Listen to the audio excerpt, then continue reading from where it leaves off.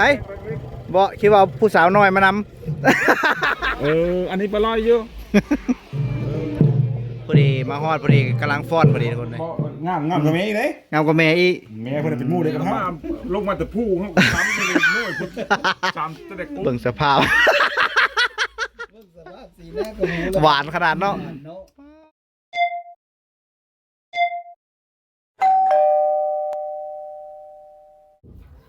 กราบทักทายสบายดีและสวัสดีทุกท่านยินดีต้อนรับทุกซ่องบ่ธรรมนาเก่าทุกคนเลยสบายดียามเช้าๆทุกคนตื่นเช้ามามื้อนี้ก็อากาศคือเก่าหนาวทุกคนเลยเดือน5อากาศเย็นแล้วสงกรานต์ในโหดน้ำก็ไม่ใช่บ่จังทุกคนเลยมื้อนี้ก็เป็นมื้อวันที่อะไรมื้อนี้ที่สอง วันที่2บ่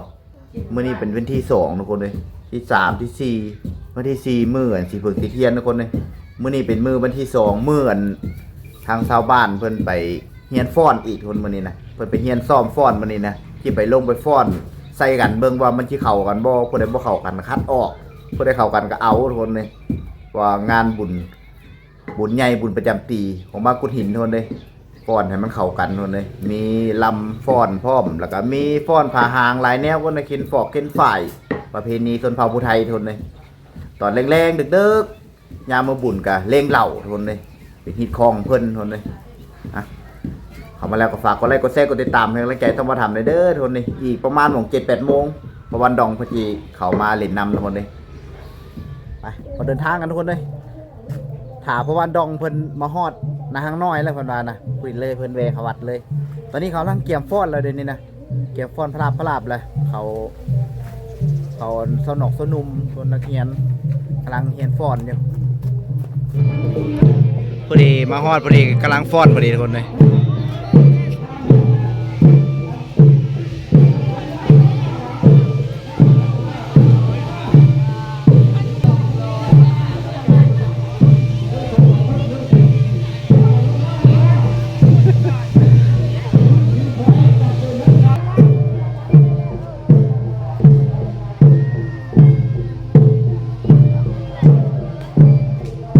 ปีนี้เฮ็ดละเอียดก่อนปีก่อนเป็นคนเลยเอาเชียวลงมา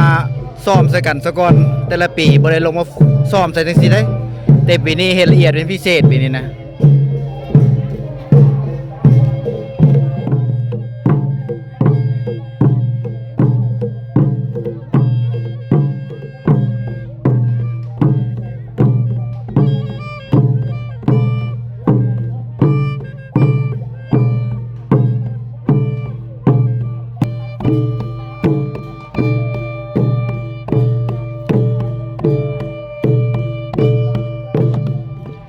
น้ำฝนก็ฟ้อนน้ำฝนก็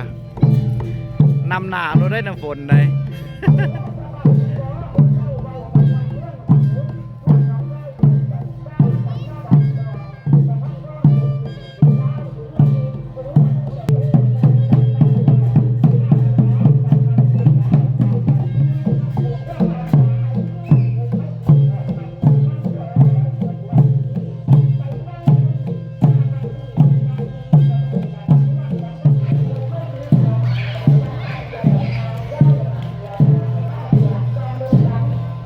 โอ้รถแดงป้าบรถผู้ใดอันนี้โอ้สบายดีสีแดงแรงฤทธิ์ ไผบ่คิดว่าผู้สาวน้อยมาน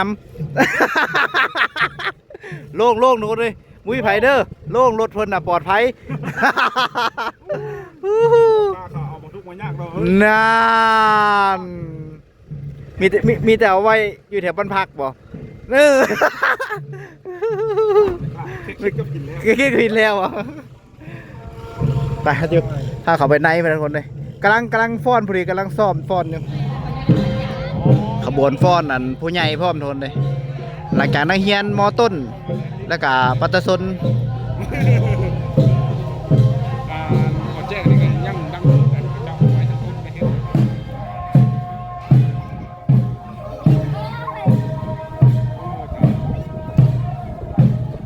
มาซอยพวกเด้อหันมือซ้อมเลยนี่มือซ้อมอย่างซ้ำนี้มือเท่นี่กว่านี้มือเท่นะที่หลายกว่านี้อีกมือเท่นะอันนี้ผู้มาแน่ผู้ประมาณแน่ อันนี้ปลาลอยเยอะ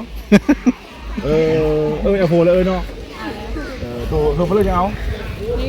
พ่อบ้านเฮ็ดเวียกแล้วเบื้องหลังพ่อบ้านเพิ่นสัมภาษณ์เพิ่นเลย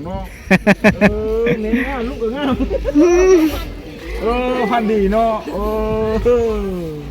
เอาเข้าเฮ็ดทั้งหมดเป็น พ่อเลย เอาแล้วเอาห้องเฮ็ดทั้งหมด เปิดออกมาห้า เอามา5จะปีแล้ว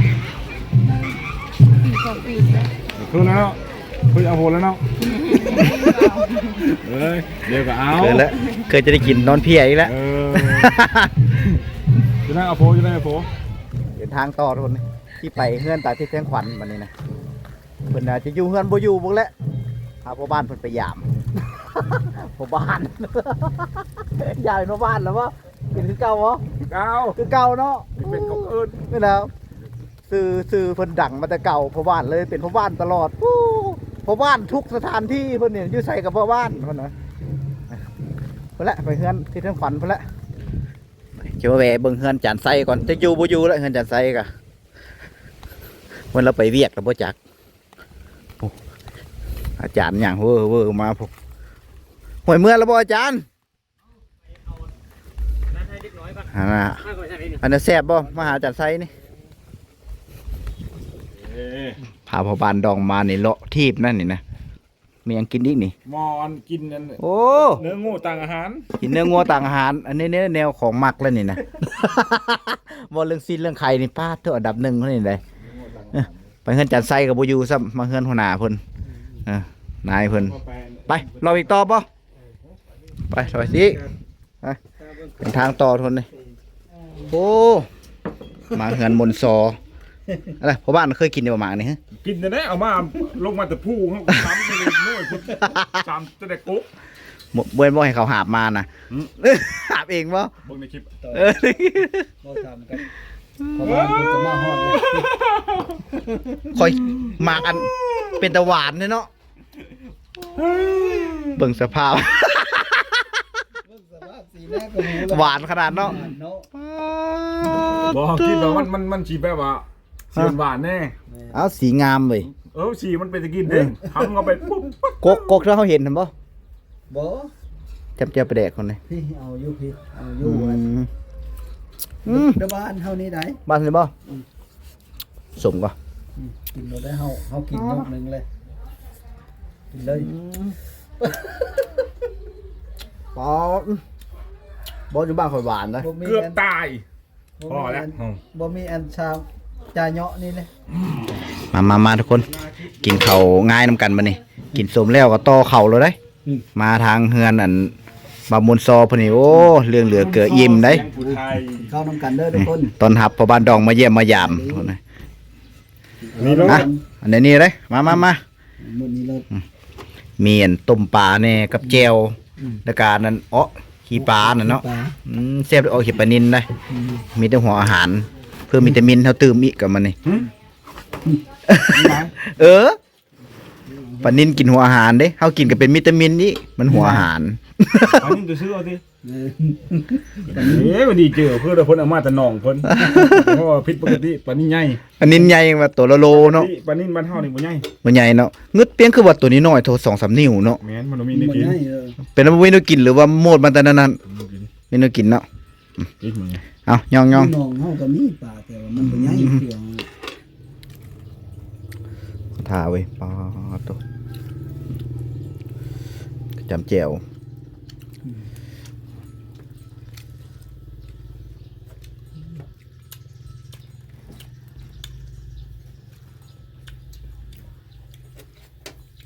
ยอด ชมปลาเนี่ยเอาปากสิครับเบ้ยมันชมเด้ มาปลาบ่จะมาเล่น อาจจะได้เนาะ ช อาจ ม จะ เด้ ได้กินเขาวกินน้ำอิ่มเลยทุกคนเลยท่านเจ้าภาพเพิ่นใจดีอยู่นะเห็ดต้มปลามาสู้กิน ทางพ่อบ้านก็เป็นไงจิ้มเขียวจิ้มข้างแล้วบ่ แค่บ่ได้ห้างก็เลย น่า ว้าเกือบเนาะถ้าได้ไปเฮือนคอยนี่เจ้าได้พ่อของเด็ดกูนี้ อ๋อจะจิ้มแค่แล้ว โก้ยหนึ่งพัก กู คอยเกียมไว้ทานนะโก้ยใครได้กินนี่ก็แล้วสบายนี่ เดี๋ยวว่าบ่ พักน้ำแค่นี้เลย บ่แล้วผักอันเพื่อมันอยู่น้ำอันนั้นนะอยู่น้ำห่วยเนี่ยเอิ้นผักเนี่ยพี่สมพี่คมมาแล้วอากอยว่า โอเคอยู่บ่ ถ้าคิดในมุมนึงโอเคได้ มุมหนึงโอเคบ่ มันเป็นพักที่แบบมันเกิดจากธรรมชาติมันปราศจากสารพิษ แม่นเลย มันอยู่ในเมืองบ่มีได้ เขาเอามากินตลอดเลย อยู่บ้านนอกเฮามีแต่ว่าเฮากิน เอามา1สุกแล้วก็ยายพี่ยายน้องก็เฮ็ดเจียวปลาแดกปาโธเข้ากันอำลำบ่ได้เห็นไดมันออกขมๆแต่ผู้บ่มักขมนี่ก็บ่ได้เด้แต่ผู้มักขมซะก่อนจังได๋นะ อิ่มแล้วนั่นแหละว่าไว้ ขอบอกขอบใจเจ้าภาพโอ้ยที่เขากินน้ำเพิ่นมื้อนี้กะเลาะต่อทุกคนเลยพ่อบ้านเพิ่นนำพาไปเด้เฮาเจ้าถิ่นแต่เพิ่นพาไป ว่าเฮาบ่ค่อยเลาะบ้านปานใดบ่คือเพิ่นพามาเบิ่งปูนาอยู่กันบ่นั่น จ้อยน้อยนี่ ได้แนวแม่ล่ะวะ บ่งามกับแม่อีกเด้ งามกว่าแม่อีก แม่เพิ่นเป็นหมู่เดียวกับเฮา โอ้ นี่เหมือนกันเด้วันนี้ลูกเพิ่นได้เส้นพอเลยเด้บัดนี้สูง ได้หุ่นแล้วเนาะ ไม่พูดเลยสูงอันนั้นบ่ได้ซ้อมพรมั้ง ไม่ได้ไม่ได้ปอนเขาว่ามีปอนเอ้ยมีอุปกรณ์ เมื่อคืนนี่เบิ่งคือเจ้าบ่แม่นซั่นเนาะ โอ้เขาไม่ได้ เออ เขามีอุปกรณ์เขาแต่ว่านี่บุญ อันนั้นเป็นปีนี้ 17 เต็ม 17เต็มปีหน้า18 ไม่แน่ ปีหน้า18เออ บ่ได้ไปไสเนาะ มิวนะอันเธอบ่ต้องเอาพกก่อน ตักว่า ถามแทน ถามแทนแล้วเนาะ ที่คือมันถามมันทุก ที่จริงถามเจ้าของพุ่นน่ะถามผู้อื่นต่างบ่ได้เลย มิวจะเพิ่นมาบ่ได้บ่ จังน้อยนี่ละมั้งเราไปตัวเสาหูยจังน้อยนี่ละมั้ง ผมบ่ได้ไปบ่ มดอ่ะอย่าไป ไม่ได้ไป อย่าอยู่เพื่อน มีเฮิร์นอยู่มันมี นี่ฮ่าผมบ่ได้ไปใช่ไหมบ่ โอ้ยกูมึง มาปุ๊บขึ้นหน้าเห็นคือมีเห็นตัวเลย ไม่ได้ออกเพื่อนนอนนี่นอน นอนในเมฆบ่ นอนนี่ได้ไหม ก็เป็นกลางคืนนอนนี่บ่กลางคืน ว่ามีนอนปุ๊บเปิดตา จื้อเนาะจื้อคอยเนาะจื้อแล้วบัดนี้เนาะจื้อแล้ว ตัวกินข้าวสามัคคีมื้อนี้เนาะ มาเริ่มต้มปลาแล้วก็จำ มีแต่อาหารแซ่บดอกนะฮะ นี่บ่มันมีส่งกล้องมันยังเอาอยู่ เยอะแต่ยังนะ กินข้าวสามัคคีคนเลย จ้ายังกาจากา จากอากาปลาในอากาบ่เออ บัง ตัดเลยตัดนี่ก็ได้บ่ นี่ก็ได้บ่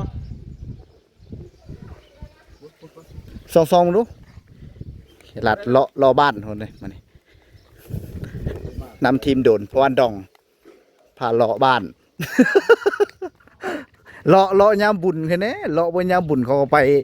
ให้ไปสวนไปหน้าหมดเลยไปแล้วเมื่อแล้ววันดองไปแล้วลุยป่าไปแล้วคนมารอเล่นนี่ซื้อกลับแล้วคนนี่วันดองกะเพิ่นมาเล่นมาเยี่ยมมาหยามมาซื้อมาแนะนำเรียงงานการถ่ายคลิป ตลาดซับอาจารย์นะเพิ่นก็ได้ต้นต่อก็เพิ่นละเพิ่นเลยเป็นผู้นำพาเฮ็ดแต่ทำอิฐทำโอเริ่มขึ้นมาสายเปล่าเขาฮอนดาดอกฮอนดาดอนแถววันเวียงเพิ่นและต้นฉบับเพิ่นนี่แต่สำหรับคลิปนี้ก็ที่จบเพียงเท่านี้โทนเลยวิดีโอหนาคลิปหนาคือไม่คนที่นี่บายสบายดี